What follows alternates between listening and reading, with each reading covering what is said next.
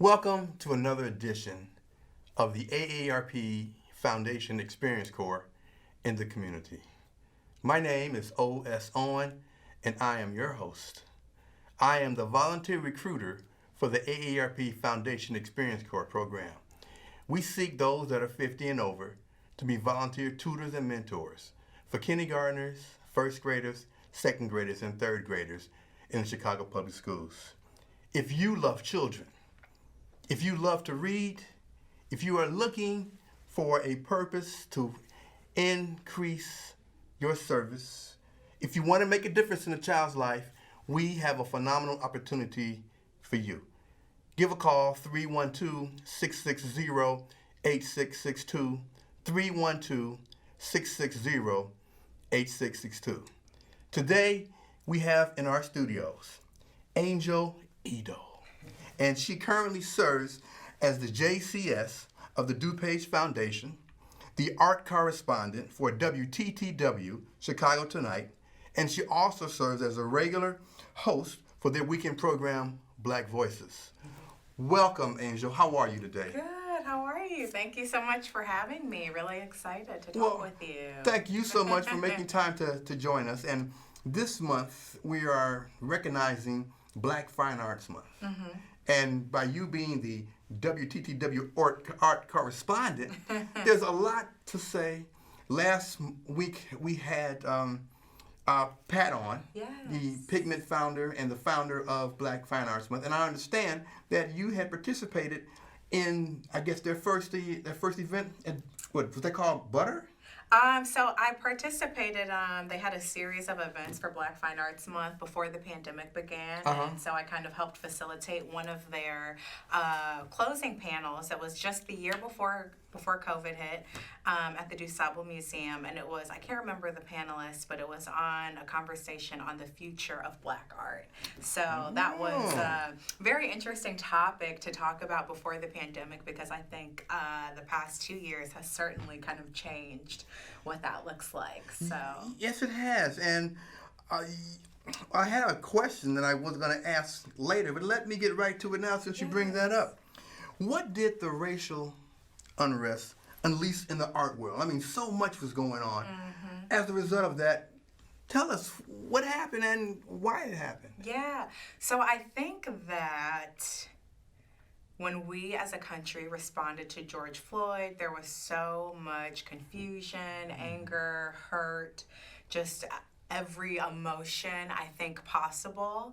And I think as artists, or the great thing about art is it allows you to kind of express yourself, kind of explore what you're feeling and how you might be feeling through different art mediums. And so I think that the social unrest, it introduced us to a new wave of artists, because I found that there was so much public art on the streets. I remember when there were the protests and the riots, buildings were boarded up, and then a few days later, we found that so many of those boarded up buildings were covered with artwork, right? Yes. And so these were a lot of community artists that didn't really necessarily have the public recognition, but had been working and practicing for years. So I think that the unrest brought out a new wave of artists. It allowed artists to have more autonomy in their work, and being able to have more access because it was public art, right? Instead of being in these institutions where they had to kind of be accepted or approved, they could just kind of go and pick a wall or pick a space outside and talk about what they were feeling. Yes. And so that, I think, it was just really incredible, because it really spoke to what I think is just the overall message of art, which is, to me, it's any form of self-expression, which is why it's not limited to anyone, and why I think everyone deserves to kind of explore who they are and how they feel through whatever art medium they think speaks to them. Well, in that same vein, did any new genres of art come out? Did any new innovative art practices or techniques come out as a result of this? Because you've got new artists with new thinking, new ideas, upgraded visions. Right. Did anything new come from this? I wouldn't say maybe necessarily a new style. I just think that there was a very large emphasis on public art. And I know that I mentioned that before, but I think that that is really important, like I said, because it just kind of gave artists more access. I noticed as a result of artists who would paint billboards or buildings or what have you, I found DCASE or maybe the University of Chicago or maybe other bigger corporations were able to see their art in different ways that they hadn't been able to before. Yes. And then those artists were invited to participate with these bigger institutions. So I think it was an opportunity for these institutions to kind of see the different artists that are also out there. So not necessarily a new type of art, but a different type of visibility, I think. And it created more opportunities for all of these artists. Okay. The term we use, fine black art, fine art. What's the difference between fine art as opposed to regular art, or is there a difference? I personally don't think that there is a difference. I know that a lot of people might disagree, but I think that, like I said, art is any form of self-expression, and it may be a little bit more urban or kind of like a street art style. I like that, self-expression. Yeah, yes. I had popped in the Museum of Contemporary Art, and looking around, and I run across a display, and it was a monitor with a hole punched in it. Yeah. And it was just there. And at first I was like, well, what is this? This is abstract? And then the more I looked at it, I got a certain feeling about that. It was of anger or frustration, where you get so frustrated you act out in a physical way. So when you said that it's a form of self-expression, so all of us can be artists, and all of us have art in us because we all have self-expression. Absolutely, absolutely. I couldn't agree more. So let's talk a little bit about, why is it important? Why is black art important? Why? I think like everything else, black culture, black people, the black experience has been elevated in a way that does not allow us to really celebrate our blackness. And so I think that black art allows us to do that. It simply allows us to celebrate us. It allows us to give the flowers to those who have kind of started trends or maybe helped more prominent, well-known white artists or other artists that are not of color. And it's just kind of, I think, focusing on black art allows us to, like I said, kind of just give them their flowers. Well, prior to, I guess, my exposure in education, when I thought of art, I didn't think of black art or white art. I just thought of art in general. The paintings that I grew up with, the sculptures in my home. But as I began to be exposed to the world, I said, oh, there is a difference. Now, one of my favorites, and if you can recall him, Basquiat. When I first saw his stuff, to me, it was just graffiti, and I guess it's called graffiti art. Why was his contribution so important to the art world? I think it speaks to what I said. He didn't care what anyone had to say. He did not. He wanted to express himself and say what he had to say, and he didn't care what norms he was going against, who he was upsetting. I think also the other thing is with art, we expect artists to make things with a specific interpretation, and he created artwork that really has, like everything, he really just said, it's up to your interpretation. I'm not here to necessarily explain everything to you, but here, take how I'm feeling, what I'm thinking, and receive it how you might. And I think that at the time that he did that, a lot of other artists weren't necessarily really doing that. No, they weren't, and it took me a minute to really find my self-interpretation in his work. And I guess like any artist, whether you're a stand-up artist, a comedian, or a painter, it's self-expression. Whether you like it or not is irrelevant. You have a reaction. You have a feeling towards this, So let's kind of shift to the women in art. We talk about art and, we think of men, we think of and we'll get to him in a minute, Richard Hunt. Yes. But what about the women in art? Share some light for viewing audience on the women in art? Yes, most notably, who I can think of most recently, Bisa Butler was at the Art Institute for several months, and she is a textile artist based out of New York. And Textile artist. yeah, so she would create quilts of Black people, of the Black experience. And she would use different fabrics. I remember, I can't say exactly from where, but I know that she derived a lot of the fabrics from the countries that the stories were from. So I know that she... significant. Yes, I know that she did a lot of traveling. I can't say that she necessarily went to West Africa or South Africa, but I know that the garments are directly from those places. And also, along with each quilt in the exhibit, she had a song to go along with it, right, to kind of enhance the experience. So there was a full playlist that you could listen to while going through the exhibit.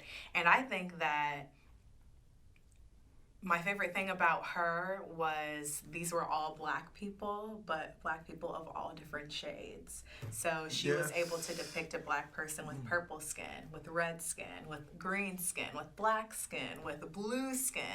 But they were all reflective of the Black experience, and you didn't necessarily need to see their skin color to know that they were Black. And I just thought that that was so powerful, and why she is one of my favorite up-and-coming Black female artists. Well, I'm not familiar with her, but I am now, and thank you. And that's where we're here, is to expose ourselves, our communities, about these gems that are in our community. Yes. Because, I mean, think about it, this 10, 15 years from now, and you mentioned the future of art. Yes. We're going to look back on our history, on our time, and we look at the arts, we listen to the music, we read the literature to find out what was going on and what was happening and what progress we have made.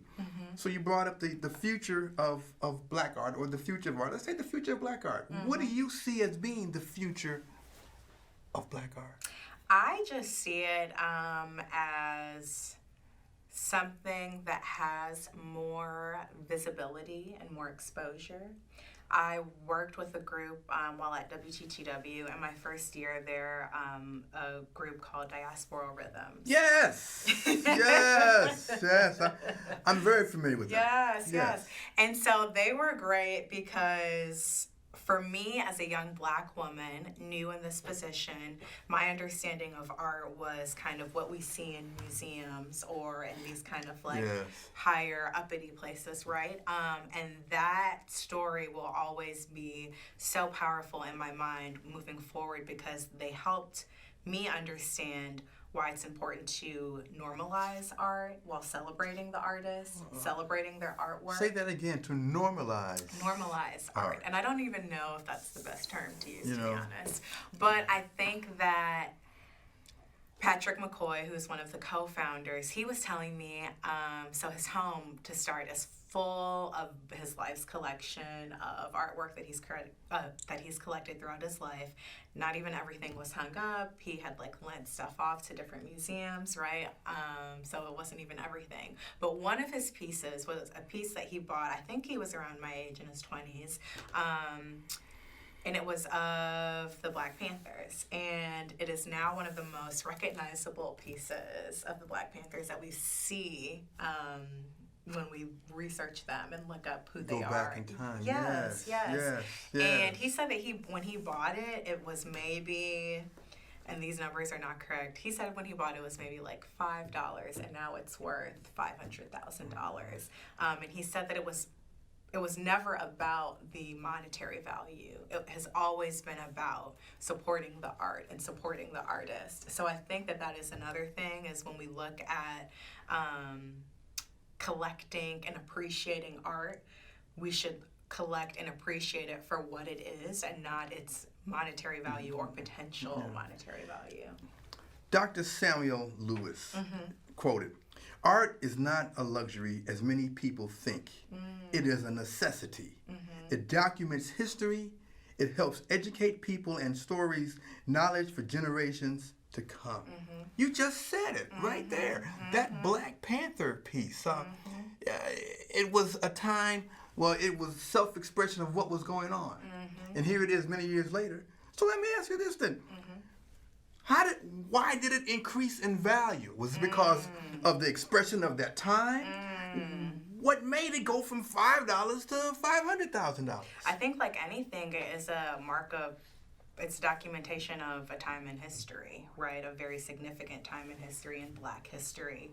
And I think that, like anything, we appreciate things that we no longer have, that are now, right, just a memory. Yes.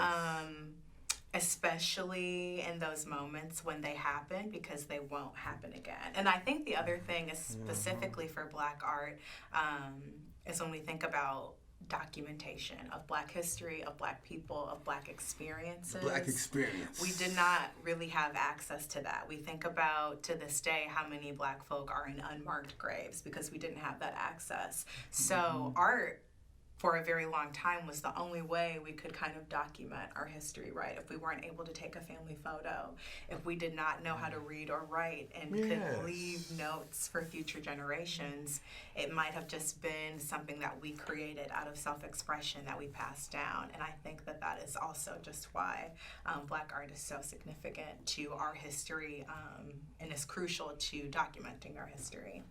I agree. If you're just tuning in, we have in our studios today Angel Idowu. She is the WTTW art correspondent, and we are discussing Black Fine Arts, since this is Black Fine Arts Month. My name is O.S. Owen, and I am your host. I am the volunteer recruiter for the AARP Foundation Experience Corps program. We seek those individuals that are 50 and over to be tutors and mentors for first graders, second graders, and third graders in the Chicago Public Schools. If you love children, if you love to read, if you're looking to increase your sense of purpose, if you want to make a difference in a child's life, we have a phenomenal volunteer opportunity for you. Give a call at 312-660-8662. 312-660-8662. Here we are again with Angel Idowu, and we are discussing fine Black art. Now, let me ask you this. Okay, I'm ready. What is the difference between white art and Black art? I mean, it's all art. Black art is done by Black people, and white art is done by white people. Even though everybody has a different kind of experience. Like I know the Black experience because I live it. You know, I don't know the white experience. I know the effect or the impact of the white experience on my life. So in the art world, not in the world of being politically incorrect or being right or wrong, but in the art world, what's the difference?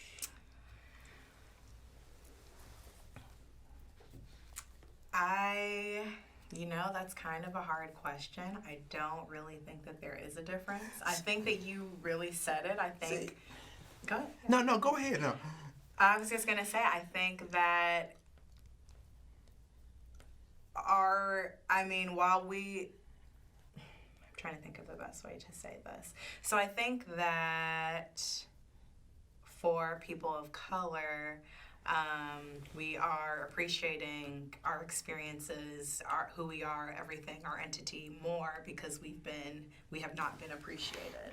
So I think that Black Fine Art Month is an opportunity for us to elevate Black artists that have not received recognition that white artists have. So I would say that that's really the only difference, is white artists are doing the same thing of reflecting the times, of expressing themselves, of exploring different mediums, but they've had the access that Black artists have not had. They've had the opportunity that Black artists have not had. They've just had exposure from art classes to art schools to scholarships to fellowships to institutions that they might be present in, whether they be artists or kind of in the more managerial roles. The access as a whole is completely different.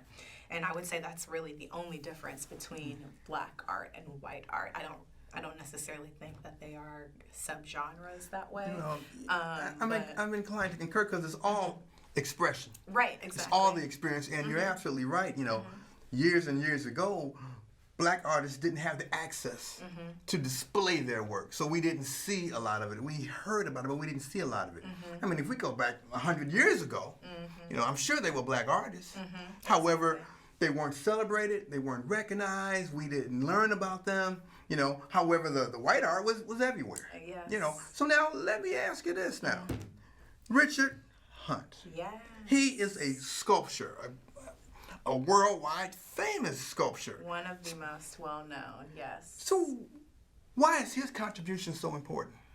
You know, it is so interesting because we recently did a story on him on the Ida B. Wells sculpture. Yes, he created. yes. My colleague Mark Vitale did a great story on that sculpture, and it was just so fascinating to like hear about his creative process, kind of talk about his artwork, and I personally I can't say why he is so well received, so loved. I think that he just really is true to himself, and people can kind of feel that and receive that, and that is appealing to them and encourages them to kind of explore his artwork, or maybe kind of have him kind of commission a piece by him.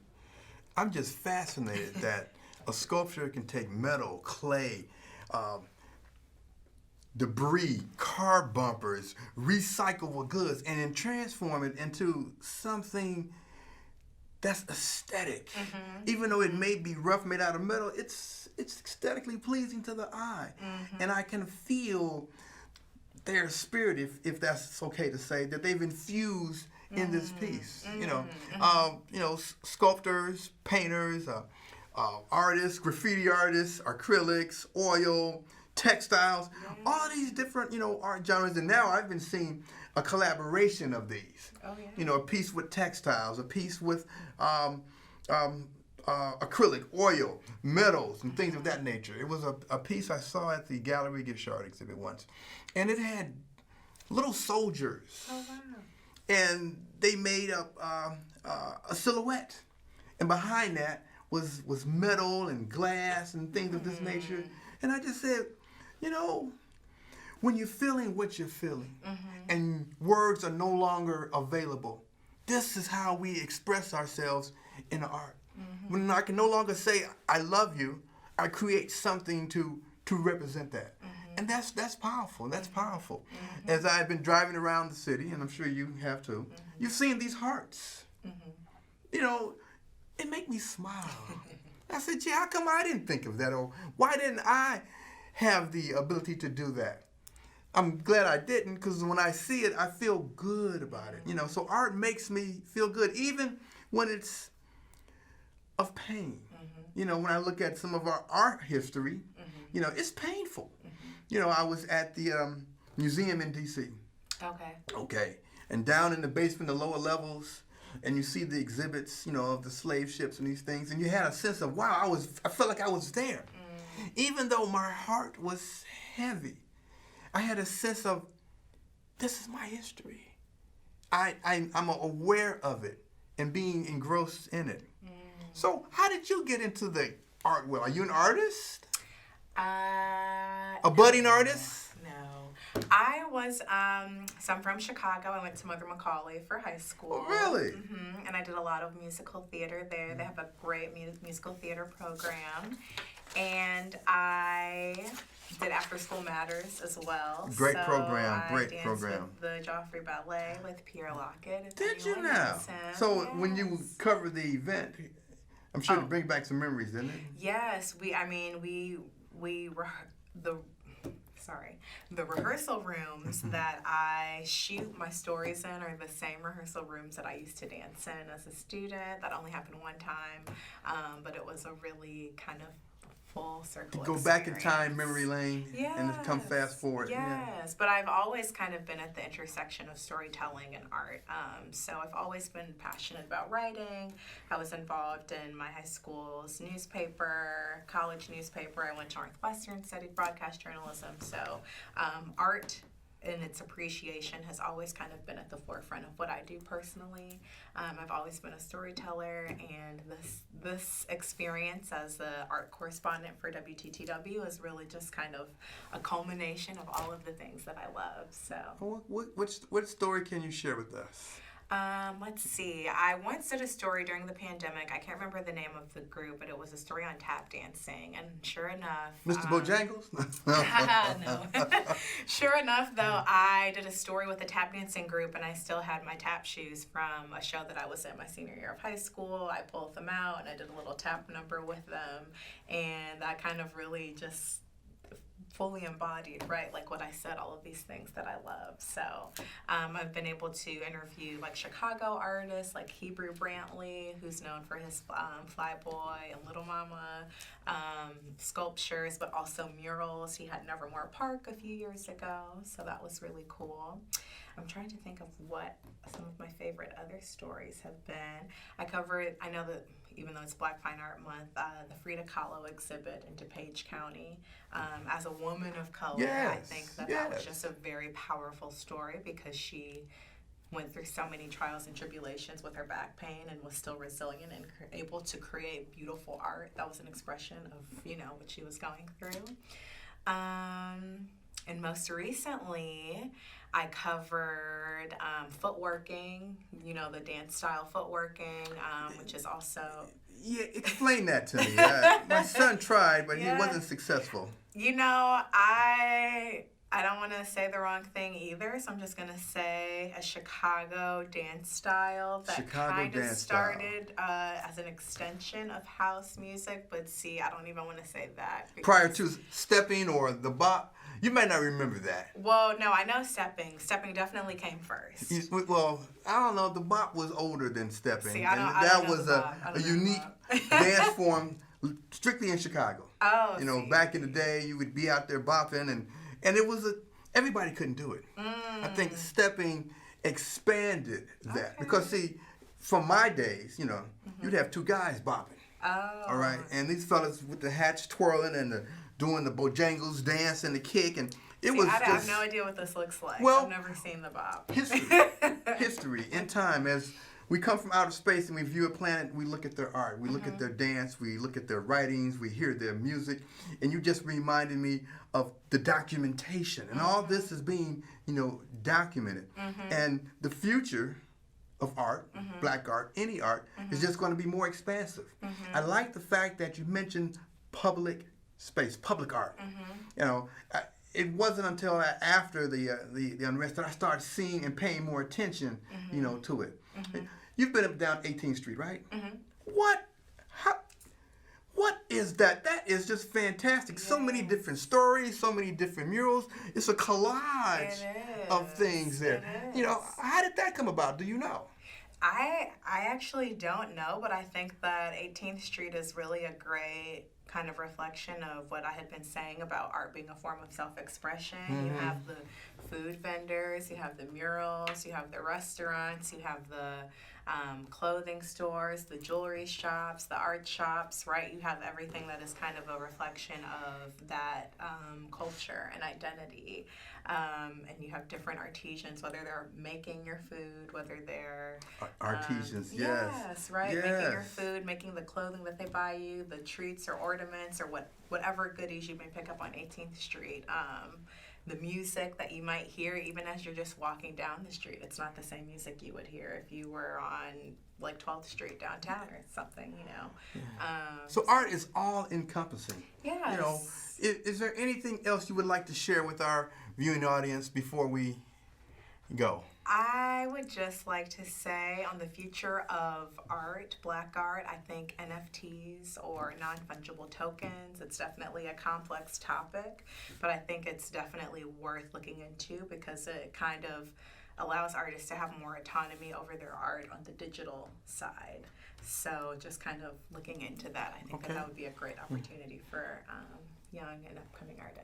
And where can we find you on WTTW? When are you on? I'm on tonight at 7:45, but I'm on about 2 nights a week on WTTW. You can also stay up to date with me on social media. I'm at Angel Idowu on Facebook, Instagram, and Twitter, as well as YouTube. I often upload behind-the-scenes clips or kind of other content that's not seen on air on my YouTube channel. Yes, and so you can kind of find everything there. I have a podcast coming out soon, Art with Angel, where I will be kind of talking in depth with more artists, not specific to only just Chicago, but a little bit of everywhere. So lots of things to look forward to. Please follow me, stay up to date, and please hit me up on social media with any questions. Well, thank you so much for joining us this evening. My name is O.S. Owen. And thank you for joining in to another edition of AARP Foundation in the community. We look forward to seeing you next time.